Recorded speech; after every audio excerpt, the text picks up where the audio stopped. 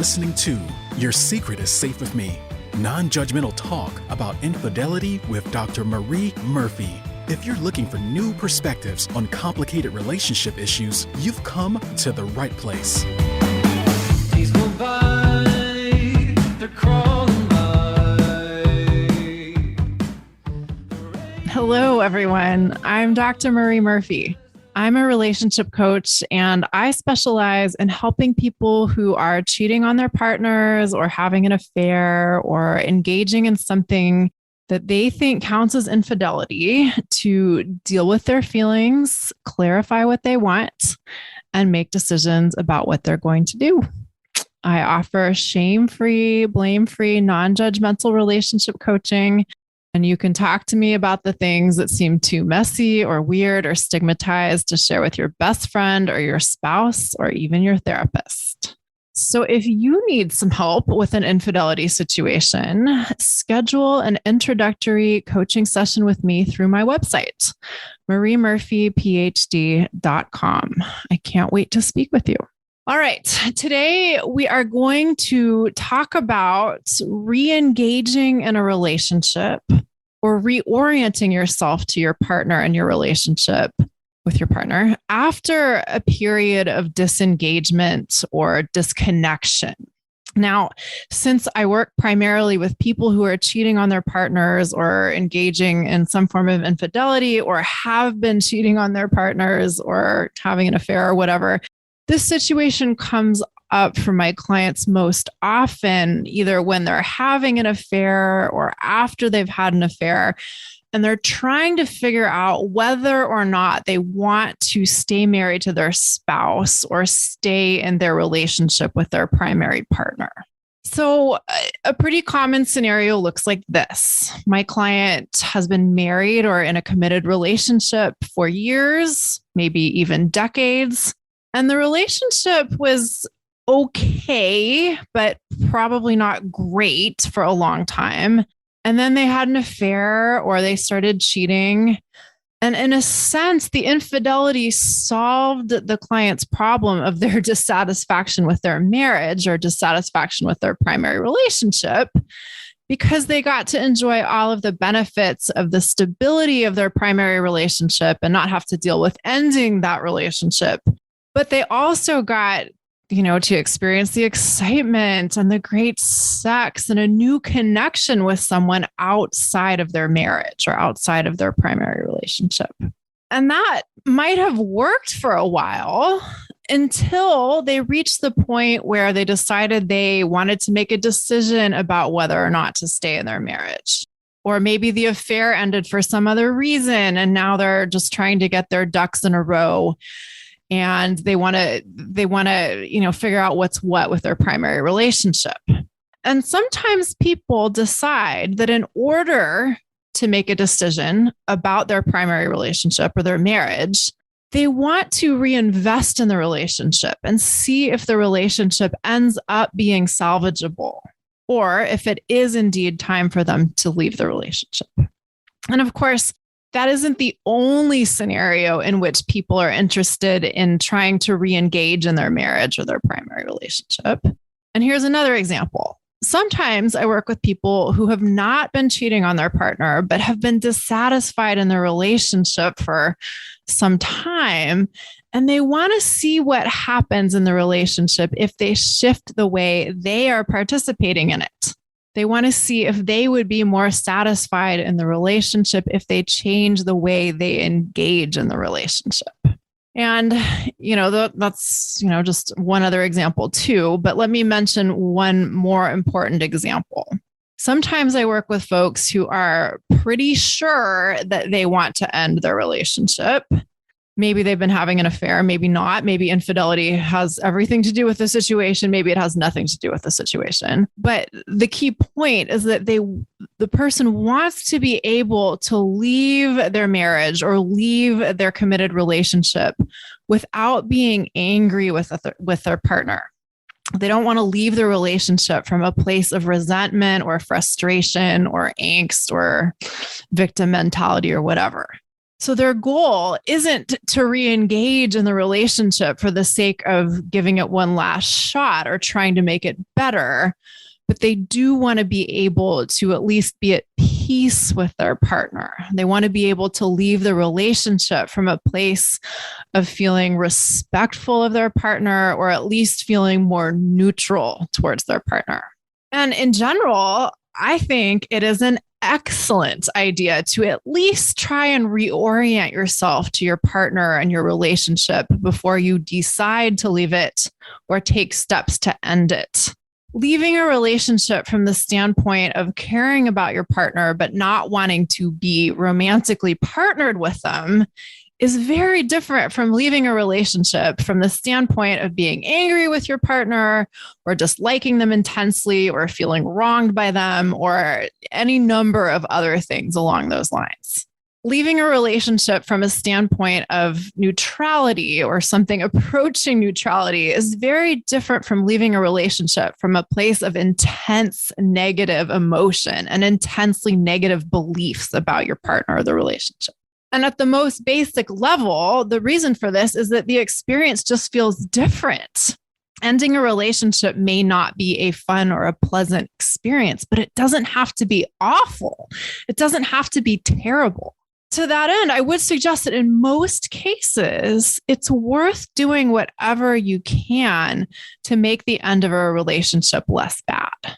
Because when you feel less bad, you will feel better tautologically. And when, you behave better, when you feel better, or at least more neutral, you will behave differently. And your behavior will have definite consequences for you and for your partner and for anyone else involved in your split, such as your children, if you have children. So unless you are concerned about your safety and your highest priority is just to get the hell away from your partner and out of your relationship, I generally think it's well worth the time and energy it may take to reorient yourself to your partner and your relationship so that you can view them in a more neutral light before you split up. Because, for instance, if you and your partner have children, your co-parenting relationship will probably go on forever, whether you decide to stay married or not. So learning how to reorient yourself to your spouse in a more neutral way now is an investment in your mental and emotional well-being, both in the present and for the indefinite future. Just to recap, you may be in the position of wanting to re-engage in your relationship for the sake of seeing what's possible or for the sake of trying to make it work. Or you may be certain that you don't want to stay in the relationship, but you want to try to end it on the best possible terms. Let me also say that if you do not know for sure if you want to leave your relationship, or if you aren't sure if you want to give your relationship another try, that's okay too. And if that is your situation, there is a lot of value in reorienting yourself to your relationship and seeing what happens. Sometimes when we give things a try, we discover that when we engage in our relationship differently, the whole dynamic changes in amazing ways. And we realize that we can be really happy in a relationship that we might have thought had nothing left in it. And if that happens, that's great. It can be an amazing thing. And even if it doesn't happen, even if we try to reinvest in the relationship and ultimately we come to the conclusion that we aren't interested in staying in it, we can learn so much about ourselves through this process. And we can also, again, leave the relationship on more neutral or more positive terms. Here is a bit of context that I want us to keep in mind if we are at the point of deciding to reinvest in a relationship or are already trying to reinvest in a relationship that has been stagnant or unsatisfying for a while, or if there's been infidelity going on. And, for today's purposes, it doesn't matter like whether your partner knows about your infidelity or not. So here's the deal. Many of us have gotten the message that love is something that just kind of happens and is beyond our direct control. Many of us have the idea that desire and sexual chemistry are like this too. Many of us believe, at least to some extent, that when we know someone for long enough or have been with someone for long enough, the excitement and the mystique naturally drains out of the relationship. And I want to suggest that although a lot of people believe those things, none of that is necessarily true. I want to suggest that we have a whole lot more control over our experiences of love and lust and passion and desire and connection and interest and intrigue and intimacy and curiosity and all of that stuff than we typically think we do. Here's how that works.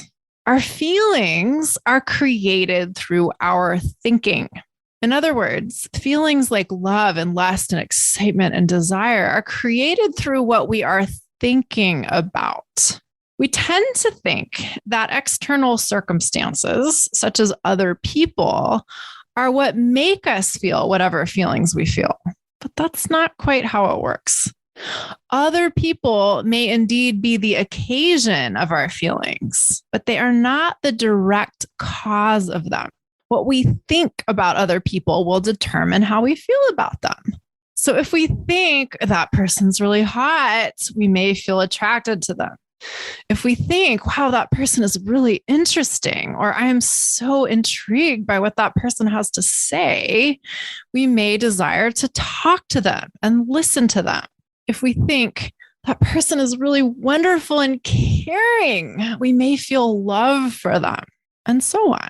Now, here's a really important thing to know about how this works.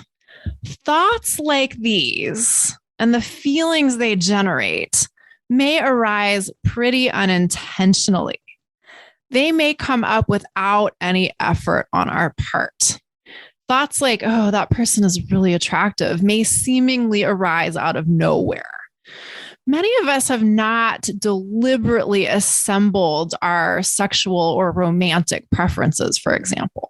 Many of us have happened upon our desires for romance and sexuality and sensuality pretty unintentionally. We may know what we like. We may know that we like certain things and that we're attracted to certain people or certain qualities in people or certain sexual behaviors, forms of sexual engagement, when we may like certain things and dislike other things. But we may not really have any idea where those preferences and desires came from. And thus, it may seem like we don't have any control over them. But here's the deal. Even if we have come upon our preferences very unintentionally or unconsciously, we can still choose to cultivate a more conscious relationship with our desires and our preferences if we choose to. And that doesn't mean that we force ourselves to like things that we really don't like. That's not the point here. Let me give you another example of how unintentional thinking often works in the realm of romantic relationships. We may meet someone and really like them at first and find them really attractive and really want to spend time with them and really want to get to know them or have sex with them or hold hands with them or gaze longingly into their eyes or eat cheeseburgers in bed with them or whatever it is we want to do with this amazing person we've just met. And our desire to do these things with someone may come to us without any deliberate effort on our part. We may not wake up one morning and decide that we're going to try to develop romantic or sexual thoughts for that person we met in, the grocery store last week or in the pet store when we were buying a new pet iguana or whatever, right? So it may seem like this stuff happens in a manner that's completely outside of our control. And to that effect, we can similarly go from thinking wonderful things about a person one day to thinking not so wonderful things about them the next day. We can go from wanting to eat cheeseburgers in bed with somebody one day to not wanting anything to do with that person the next day. And this happens all the time, as you probably know very well. One day you think someone is amazing and great, and the next day you think they're kind of annoying. Or one day you're totally enamored with everything and anything your person does and says. And the next day you're like, oh my God, they do that twitchy little thing when they're nervous.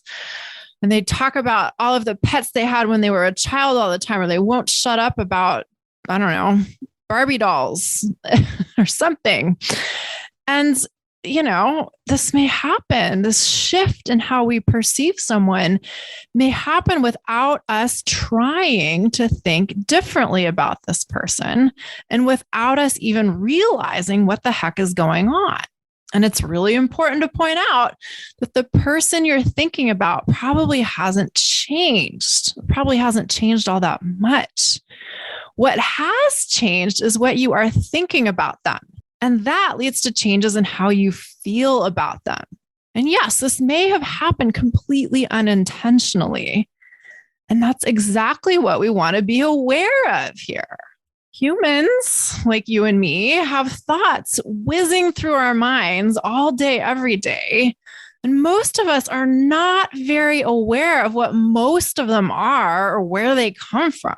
Some of our thoughts we may have cultivated very intentionally. We may have thought long and hard about certain matters and decided deliberately what we believe to be true about those matters. Or we may have decided what sorts of thoughts are helpful to us in a particular area of our lives. Like we may have decided that we want to approach time management in a particular way, or we want to approach parenting in a particular way, or we want to approach our job in a particular way, or whatever.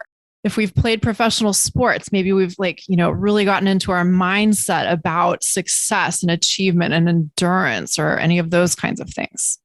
But a lot of our thoughts have not come to us by way of intentional selection. There's a whole lot of noise out there in the world, and we may have unintentionally absorbed some or maybe a lot of that noise and adopted ways of thinking just because they're out there and available to us. We pick up ideas from all sorts of sources, and that's pretty normal and probably inevitable. But we also have the opportunity to examine our thinking and decide whether or not what we're thinking is helpful for us. Much of our thinking may be unintentional, but we can change that. We can also think intentionally and deliberately. You may have heard the saying, the mind makes a wonderful servant, but a terrible master. And our job is to recognize that we have the power to take charge of our minds and take charge of our thinking rather than allowing ourselves to be led wherever our thoughts may take us. I think that quote is attributed to Robin Sharma, by the way. The mind makes a wonderful servant, but a terrible master. But I'm willing to bet that people have been saying that for eons. So our job is to learn how to be the master of our minds rather than the other way around. Okay, this is a big part of what I do as a coach. I help people become aware of what the heck they're thinking and begin to manage what they're thinking. And this is so important and helpful because what we think has a big impact upon our feelings. And our feelings give us the capacity to act or decline to act in particular ways. In other words, our feelings have a big impact on our behavior. And our behavior has definite consequences in our lives. Our behavior creates outcomes or results in our lives. What all this means for our relationships is that when we can start to decide on purpose what we want to think and how we want to feel about our partner and our relationship with our partner, change becomes possible. In the past, our experience of our relationship may have largely been determined by our unintentional thoughts about our partner, but we can start to take hold of the steering wheel and start to re-engage in a relationship by consciously and intentionally deciding what we want to think about our partner and our relationship with them. Let's say, for instance, that you have not felt attracted to your spouse for a long time, but you want to feel attracted to them. And just for the sake of using an example that's bounded in scope, let's say you want to feel physically attracted to your spouse. You want to feel sexual and sensual desire for them. There are plenty of other kinds of attraction too, of course, but we're going to talk about physical attraction and erotic desire. So let's continue and say that, for example, you and your spouse had a sex life that was pretty good for a while. Maybe it wasn't ever amazing, but it was good enough until it wasn't. Maybe the quality of your sex life changed, or maybe the quantity of your sexual encounters changed, or maybe both things changed. Maybe some other things changed too. And then you had an affair. Or maybe you didn't have an affair per se, but you were engaging in some form of infidelity that included sex with other people. And the sex with those other people or that other person was amazing. Let's say it was mind-blowing, life-changing sex that completely changed your understanding of what was possible for you sexually and completely changed your understanding of what you want out of your sex life. But then, for whatever reasons, the reasons aren't part of the example today, your affair ended, or you put an end to whatever your infidelity situation looked like. And you decided that you wanted to try and make things work with your spouse, or come to a definitive conclusion that you want to leave the relationship. And so you are in the position of wanting to make your sex life with your spouse better because you really want to have great sex and you'd like to be able to have great sex with your spouse. And on the one hand, you may believe that this is possible, or you may want to believe that this is possible. And you want it to be so. You want this to work out. But on the other hand, you may not be in a state of actively desiring your spouse. You may not be automatically lusting after them. You may be thinking about your affair partner or affair partners and how great the sex was with them. And you may be thinking that even though you want to have great sex with your spouse, you really have no idea how to make changes in your sex life. And if this is your situation or something like your situation, let me just say this. I totally get it. And I talk to clients about this all the time. If this is more or less where you're at, I want you to ask yourself a very important question. Do you really want to try and re-engage in your relationship with your spouse? Do you really want to have a better sex life with your spouse? Or do you believe you should want to re-engage in your relationship with your spouse, or that you have to re-engage in your relationship with your spouse? You've got to be honest with yourself about this stuff. It may be hard to tell yourself the truth, but you've got to be able to do this. Otherwise, you are just going to waste a lot of time and energy barking up the wrong tree. Trying to get yourself to feel desire for someone you don't want to feel desire for is probably not a project you want to take on.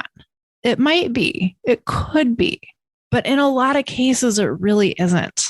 But here's the deal. If you do want to re-engage in your relationship, and if you do want to improve your sex life, it may be the case that this does seem difficult or awkward or unnatural for a little while, or maybe longer than a little while. If you and your spouse have been pretty disconnected for any period of time, if you haven't had a great sexual connection for a long time, and if you have the contrast of an exciting affair as your current frame of reference, intentionally creating excitement about and desire for your spouse or your partner may take some effort. It may take a lot of effort. And that is not a bad thing or a sign that anything is wrong or that the endeavor is impossible and doomed to fail. So, how do we actually create desire or rekindle desire for our spouse if our desire for them has been dormant for a while? First and foremost, you are going to have to decide intentionally what you are going to think about them. You will have to decide intentionally what you focus on and what you pay attention to, and what you might not want to focus on or pay as much attention to. So often we get fixated on what we think is wrong in any given situation.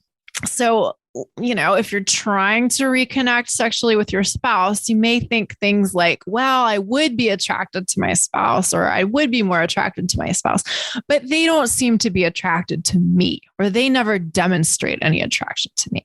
Or I would be attracted to my spouse, but I just don't like how their body has changed over time. And it is okay to admit this stuff. It really is. It is okay if you're currently thinking these kinds of things. But here's the deal. Focusing on that stuff to the exclusion of things that you are attracted to about your spouse or within your spouse isn't going to be helpful.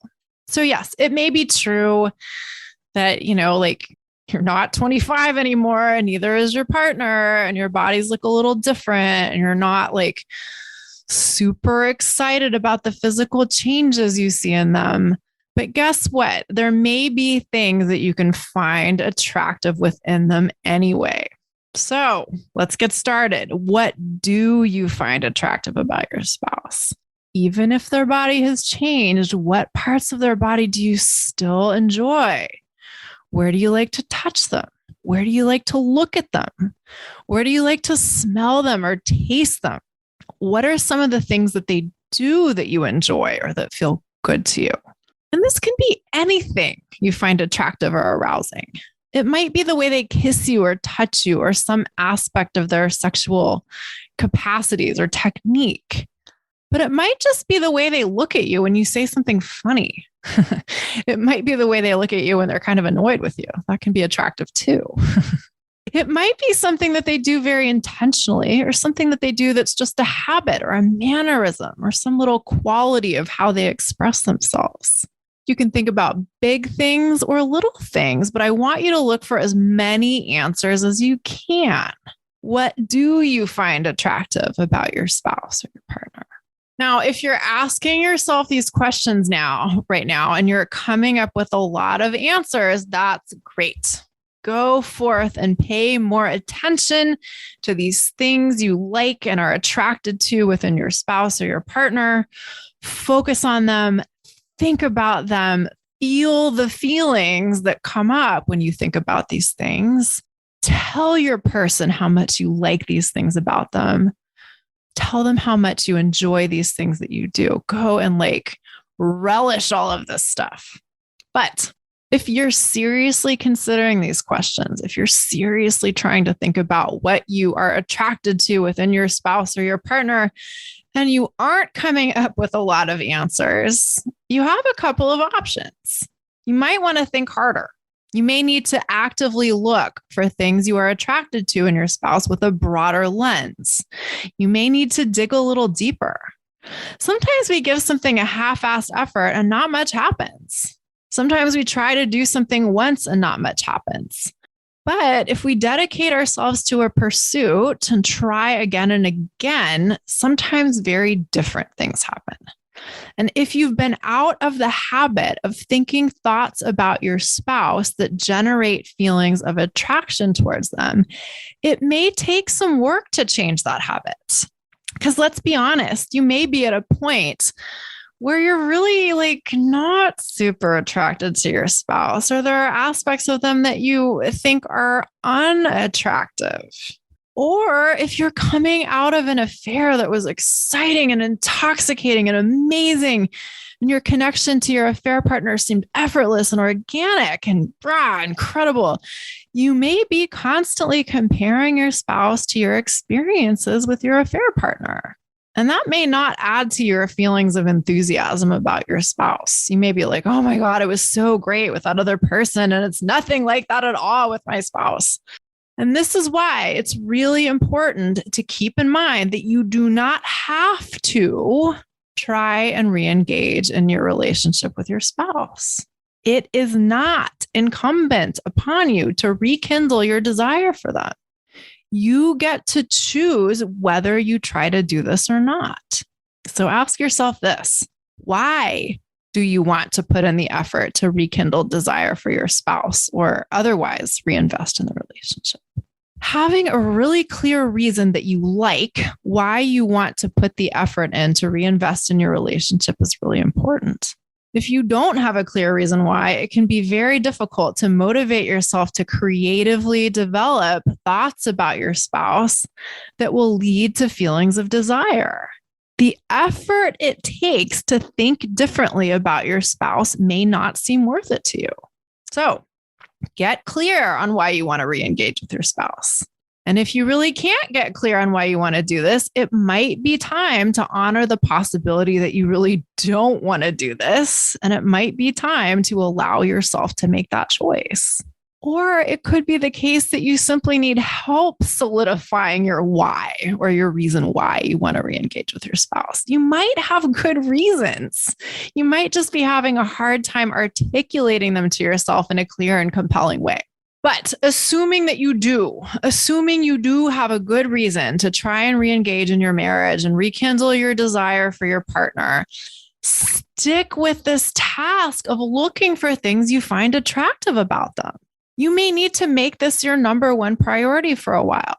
It may require you to let go of some old thoughts about your partner and very intentionally design some new ones. It might require you to expand or adjust your conceptualization of what is sexy or alluring or erotic.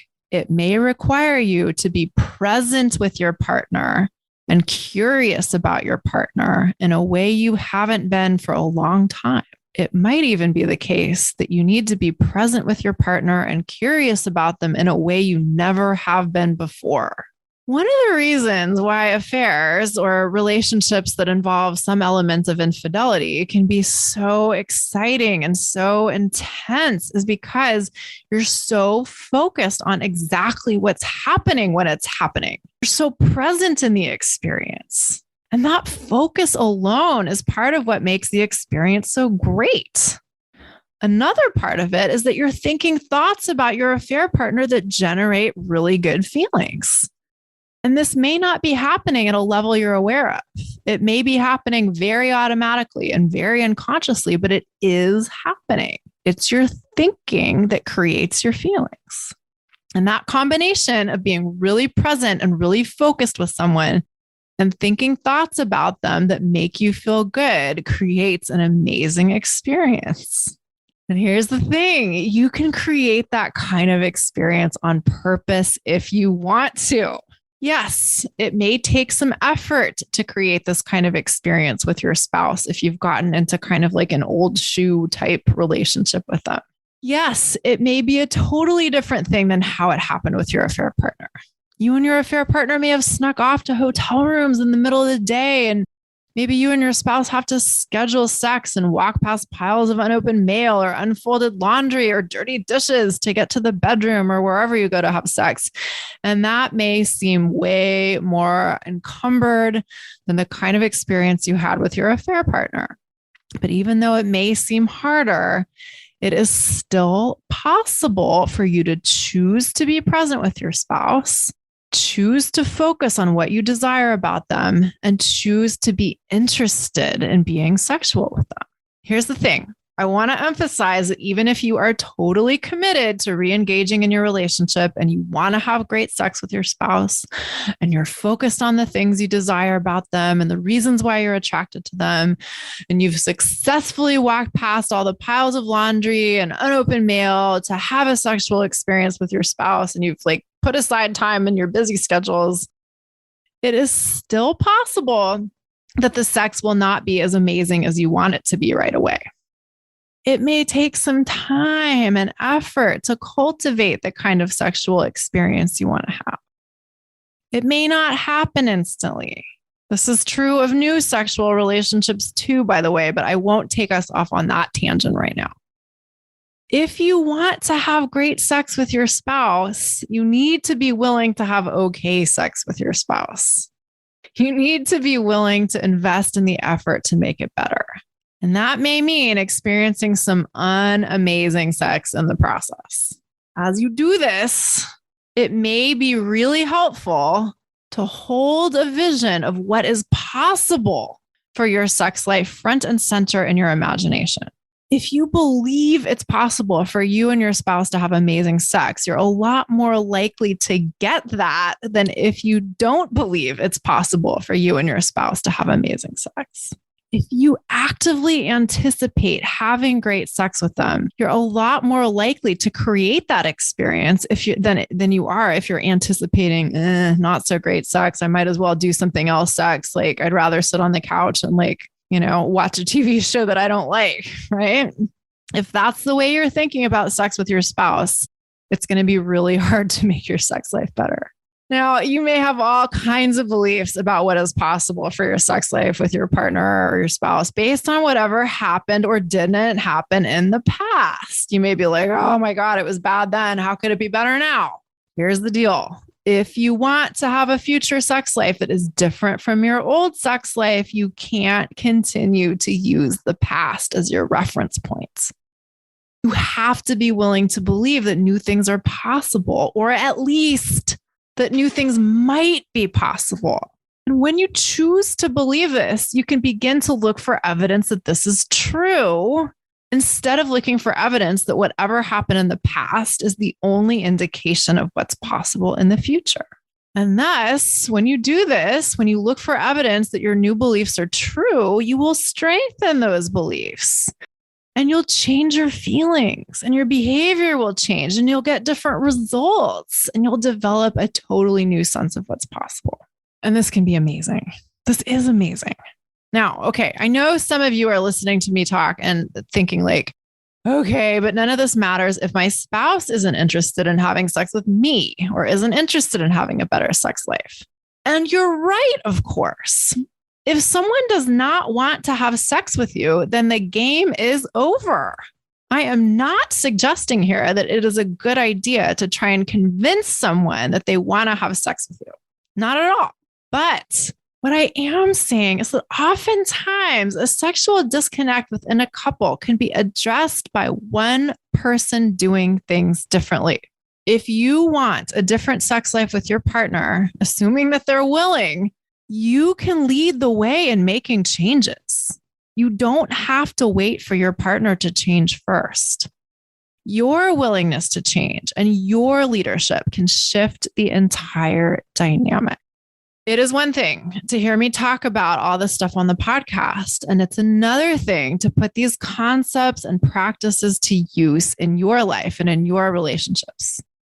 And if you're serious about wanting to re-engage in your relationship, getting coaching to help you do this may be the best investment you ever make. If you want to figure out how to reorient yourself to your relationship so that you can leave the relationship peacefully if you don't want to re-engage in it, again, investing in coaching can be one of the best things you ever do for yourself. And if you're trying to decide whether or not you want to leave your relationship, or if you want to try to re-engage in the relationship, again, same thing. Getting coaching to help you get clarity can be a great investment in your life and your happiness overall. Our relationships, our romantic partnerships, are usually a pretty big part of our lives. So when we're unhappy or confused or uncertain in our romantic relationships, it can have a big impact on all other areas of our lives as well. So when we deal with our relationships in a way that's truly right for us, the net impact can be huge. We can free up so much energy to do and be and have all of the other things we want to experience in our lives. If you're ready to make some changes in your love life, I'm ready to work with you. You can schedule an introductory coaching session with me through my website, mariemurphyphd.com. All right, everyone, that is it for today. Thank you so much for listening. If you have enjoyed what you've heard, I would love it if you would head on over to iTunes to rate and review the show. Bye for now. Thanks for listening to Your Secret is Safe with Me with Dr. Marie Murphy. Make sure to click subscribe to get updates on our latest episodes.